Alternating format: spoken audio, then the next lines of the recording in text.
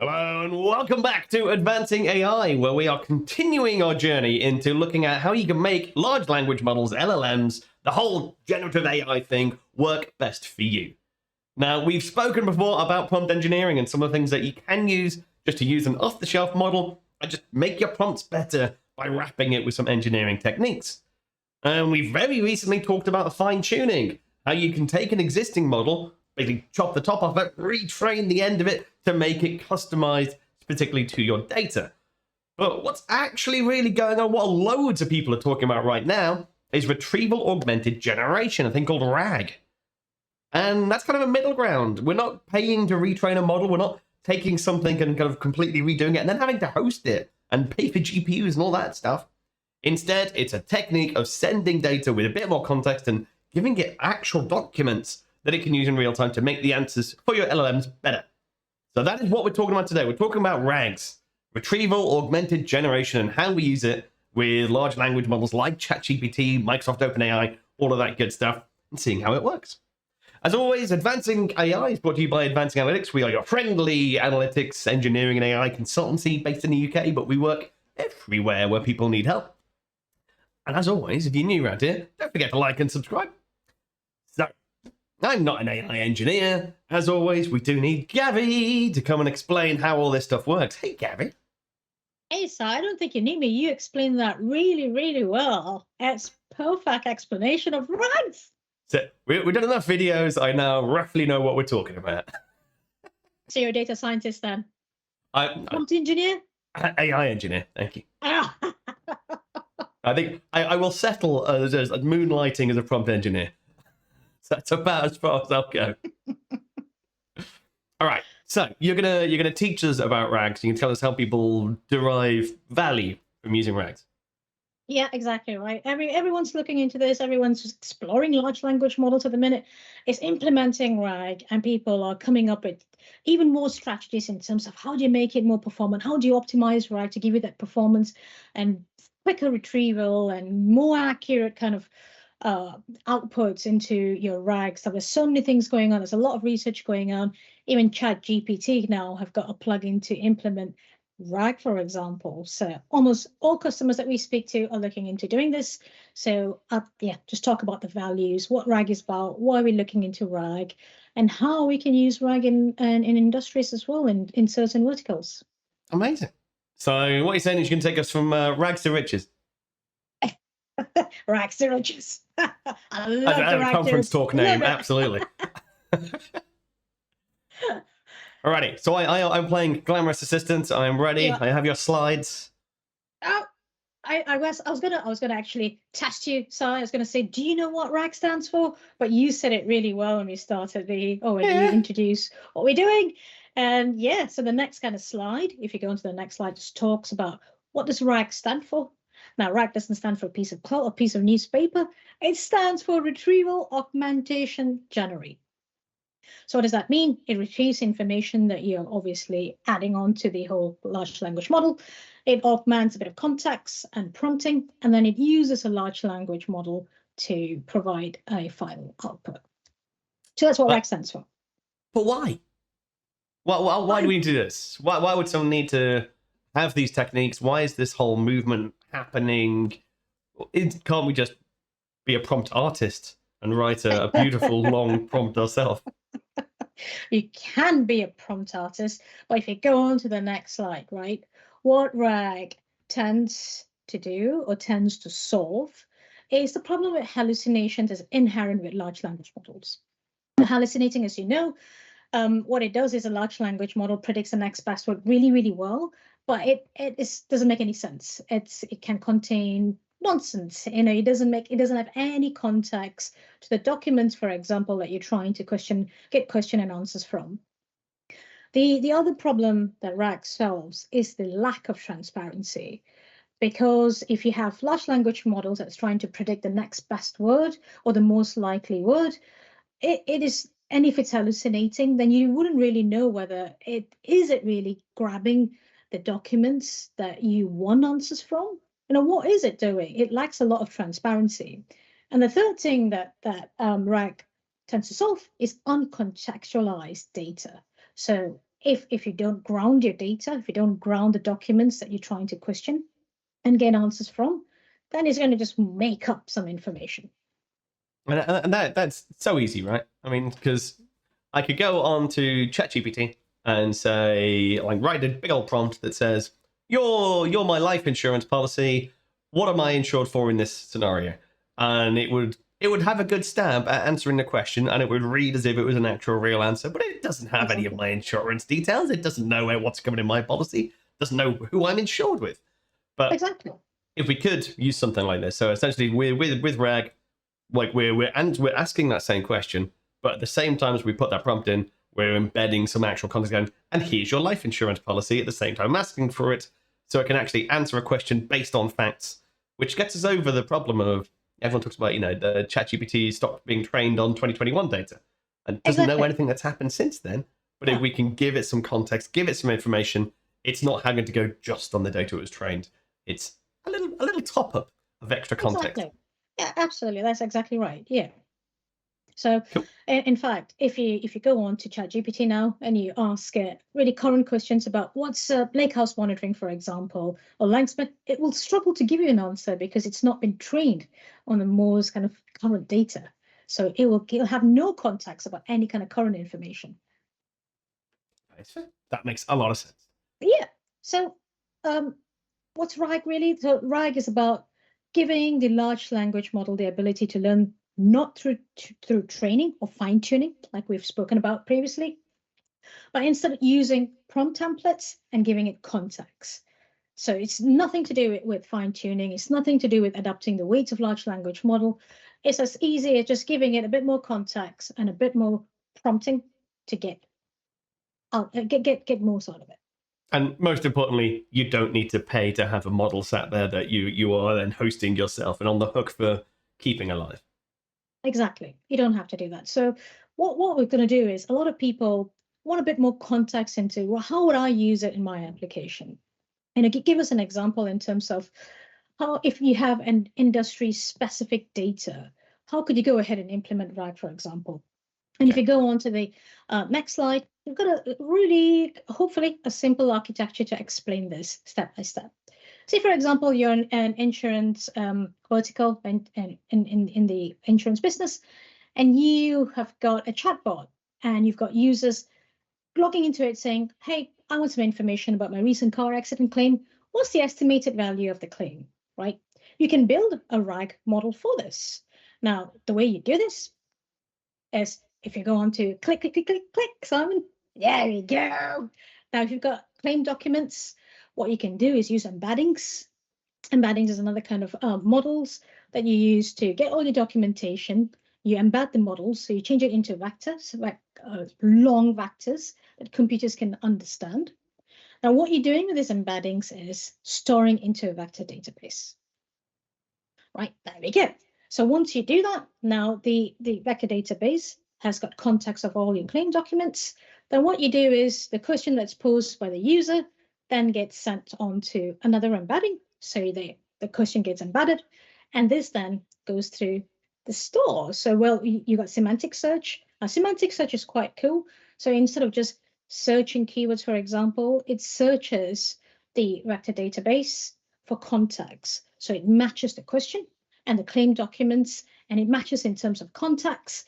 Then what it does is this is where your retrieval part comes in.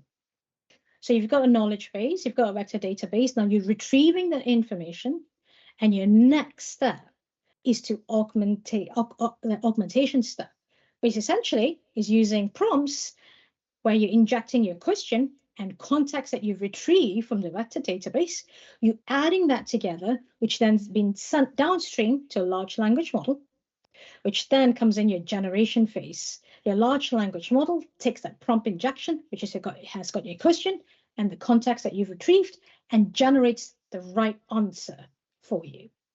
So for example, in this kind of architecture, in this kind of model, it will give you the answer, say, based on our records, your recent car accident claim is £1,500, as an example.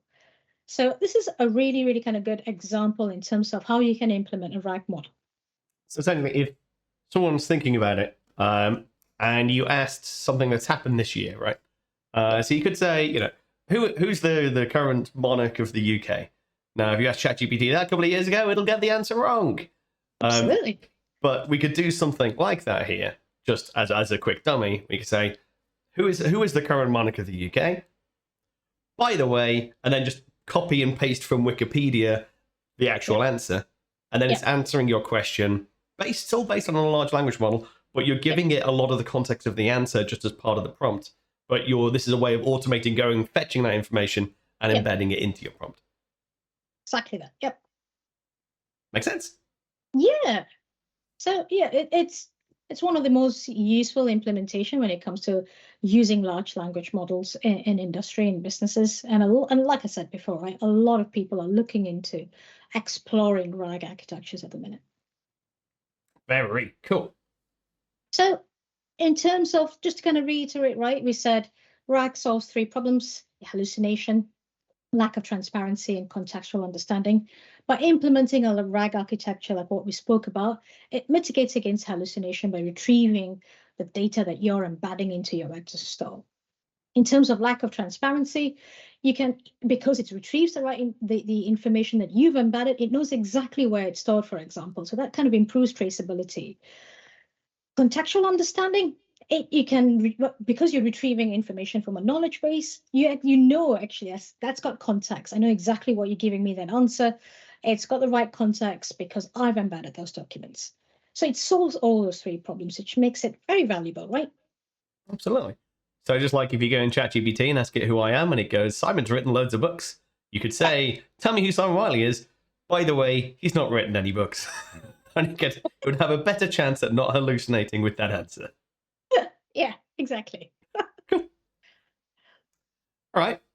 So, yeah, how do we use it? What's it for? Well, sure, it sounds nice, and ChatGPT is a fun toy that everyone's playing with at the moment. How do we actually use it? So there's many options, right? You can code a whole RAG architecture implementation using Python.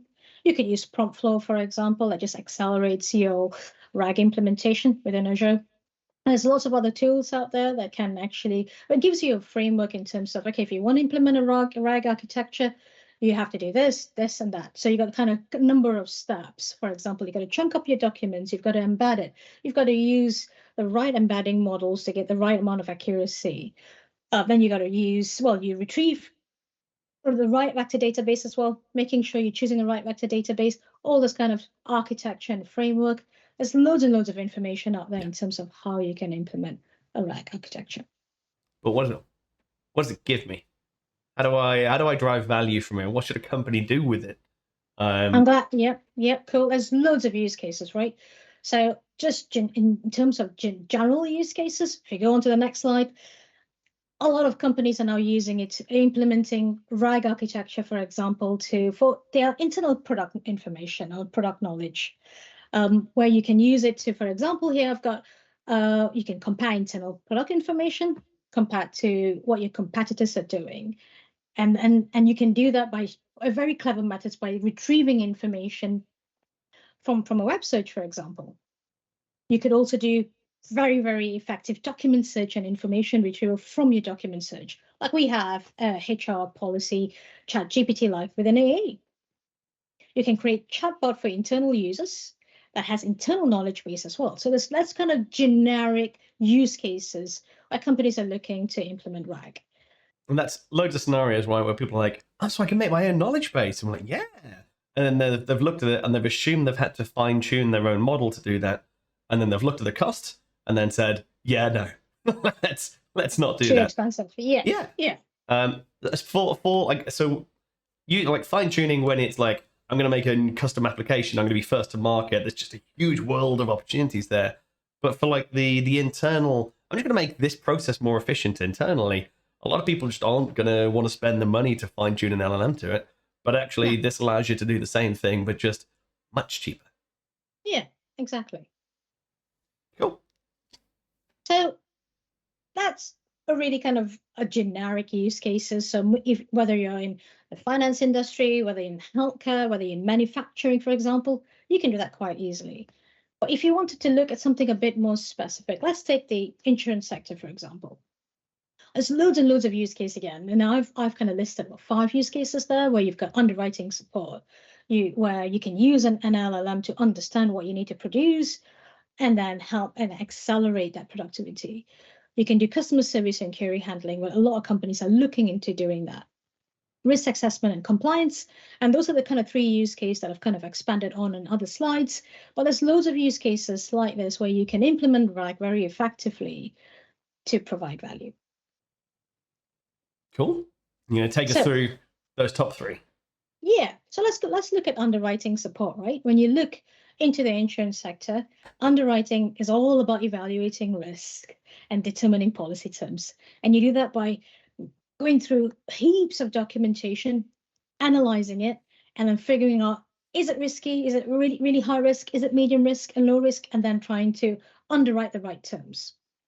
Now, you could do all this very effectively by implementing a RAG architecture, getting all those documents, summarizing it, and then assessing it for risk.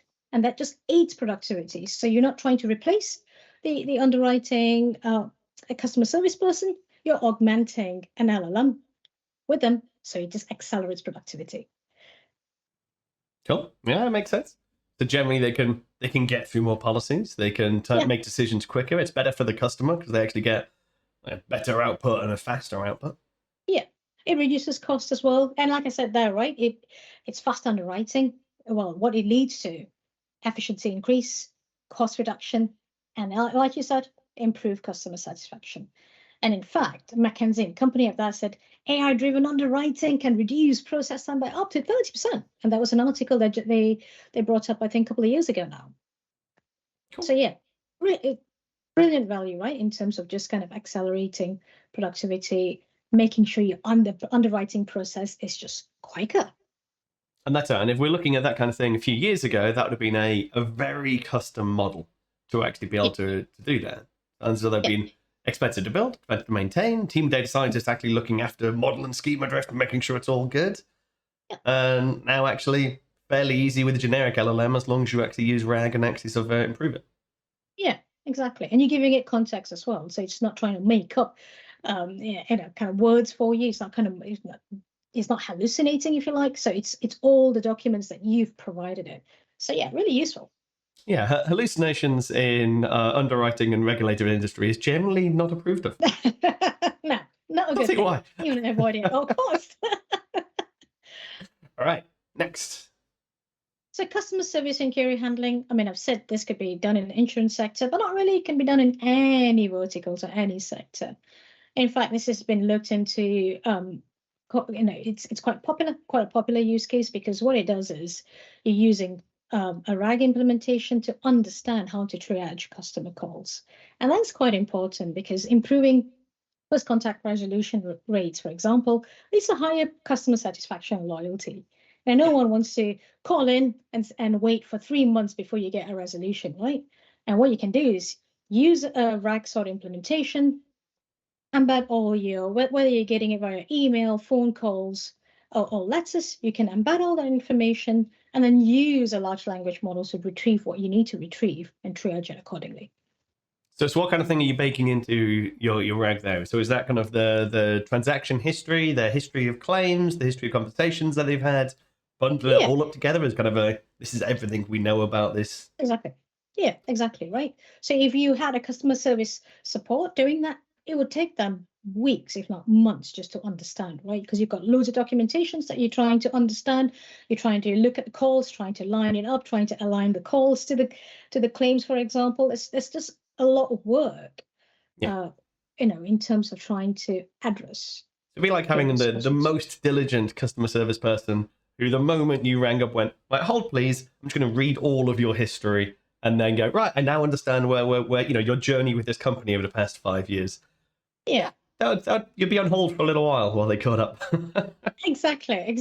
So you, again, RAGs are being used quite widely to do this, to this particular use case, and it's quite a valuable use case as well. Yeah, makes sense.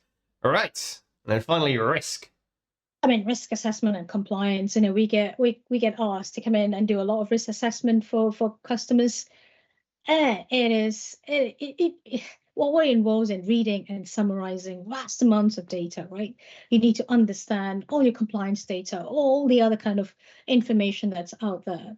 So using large language models, you can very quickly embed those documents into a vector database, and you can get your answers from these documents or from compliance documents, regulatory documents, so much more quicker than a person can. Cool. And again, similar, massive reduce in terms of costs, makes things faster, protects you from people having to make a call themselves. Is actually something that's actually got a lot more context than a lot of people making those decisions. Yeah, exactly. I mean, risk assessment traditionally is quite an involved process, quite a long, laborious process. But here again, using a RAG architecture, using a large language models, you can just quickly just make sure that it just Again, aids productivity, really. Just it's accelerates not the whole thing. replacing people, it's making them able to do their job faster. Yes, exactly. Augmentation. Cool. Yeah, I know. Very, very good. I mean, and that is what three quite quick examples of how we've seen kind of people asking us about, how they might use it. But in reality, pretty much every industry has hundreds of these use cases where actually just things that could be made a lot faster. Anything where you've got to go and, oh, let me go check the document, then I'll tell you the answer. Anytime someone has to go and research something and look something up and then make a decision based on it, is actually a potential as something that could be sped up here. Exactly. The other two use cases that we didn't really go into in depth are investment research and analysis, right? When you look at a finance industry, you're having to read a lot of documentation, a lot of news reports, a lot of summaries of papers and articles, and coming up with analysis. If you think of a RAG architecture, you can embed all those documents, all those summaries, all those reports into a vector database. You can ask the right questions, and then you can just kind of aid the reporting part of it so much quicker, right? You can just accelerate productivity again. And the last one is the content generation for policyholders. That's quite a unique one, where we are seeing a lot more companies trying to explore that in terms of using LLMs to generate content for policyholders. So you can augment, you can embed all the documents for a particular policyholder. So it's kind of bespoke and it's kind of tailor-made in terms of generating content for that particular policyholder. Very cool. Yeah, and that's it really. So how do people get started? Where do people go to start? If someone's saying, right, okay, I want to go and build a retrieval augmented generative LLM. Well, firstly, we'd always advise be safe. Use Azure OpenAI, for example, so that your data stays within your tenant. And Promptflow, right? We've spoken about Promptflow. Promptflow has loads of tools out there just to kind of get you started with using a RAG implementation or RAG architecture. It's got loads of tools out there. Even if you're using the AI Studio, you've got now a feature to add your own data and ask questions about your data that you're adding.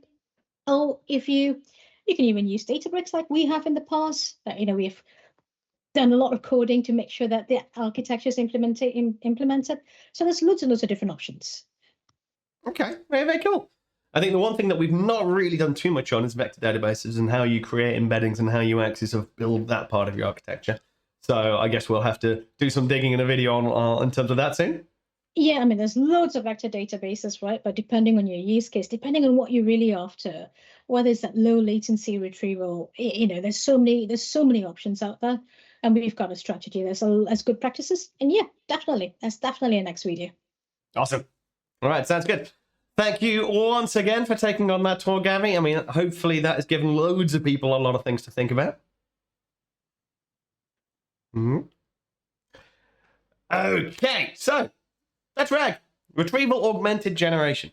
Essentially a way of being able to give a large language model just a load more context and some actual facts to base its response on. So it's not going to make things up, it's not going to get things wrong, it's not going to hide things away in its response that you don't want it to. So anytime you're thinking about needing to be able to generate some kind of textual response to something, and you want to make sure it's just a little bit safer, it's a little bit more controlled, this is the approach that people are starting to come out. There's so much out there at the moment about using RAG. So when you start your journey, first step, just do a bit of prompt engineering, see if you can get a prompt template, see if you can use some of those tools just to actually make the response better. If it is hallucinating, if it does need domain-specific information, if there's context it doesn't have that you can't get into your prompt, then you can be using RAG, you can be looking at retrieval augmented generative stuff to make it better. And if that's not fast enough, or if that doesn't have enough context, you can go and have a look at the more fine-tuning stuff when you're then paying to have a tailored model hosted for you. So you got a big old path, got a big old decision about the kind of use case you're trying to do, which approach you go. We always start at the first start with prompt engineering and just get more complicated as you find it's not doing what you need it to. But yeah, loads of options for you to go ahead and make generative AI actually help you meet what you're trying to do. And loads of super valuable use cases for industry. So many different ways you can just make things faster, quicker, better, more accurate. Loads and loads and loads of potential out there. Right, that is all we want to go through today. As always, don't forget to like and subscribe. Let us know how you're getting on with things. Are you already using RAG approaches? Are you a budding prompt engineer and figuring out actually how you're making this stuff even better? Just get in touch. Let us know down in the comments. And we'll be around with even more looking at how we can improve these things in the next video. Cheers.